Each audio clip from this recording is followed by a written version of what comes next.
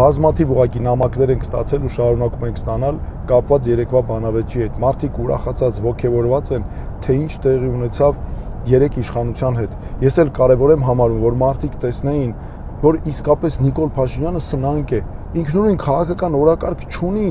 ամեն ինչ ձախողած է, ինչ պետք է ցույց տա, ամբողջը տեսեք երեք պատտվում էր երկու օրակարգ կար,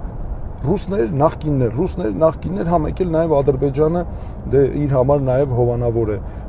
կանգնած։ Ինչքան էլ այնտեղ ինքը ձախ տեխնացու ունի, այդ ձախ տեխնացուն աջ տեխնացուն փորձեին օգնել, չէր ստացվում ոչ մի բան։ Եվ ժողովուրդը նաև ոգևորություն եմ տեսնում, որ ընդդիմության համագործակցություն տեսան, եւ ինձ համար էլ դա կարևոր է։ Սիրելի ընտրողներ, ժողովուրդ ջան, սիրելի քաղաքացիներ,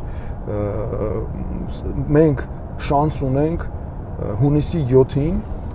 վերջը դնելու այս ամենի, այս մեր հետ կատարվող այս ամոթալի էջը մեր պատմության, փակենք գնանք առաջ եւ արժանապատիվ իրապես խաղաղ ապրենք, զարգացնենք մեր երկիրը։ Հունիսի 7-ին խնդրում եմ քվեարկեք 6-րդ համարի օգտին։ Մենք բոլորով փոխելու ենք այն ինչ տեղի է ունենում, հանկարծ չմտածեք, չնեղվեք, ամեն ինչ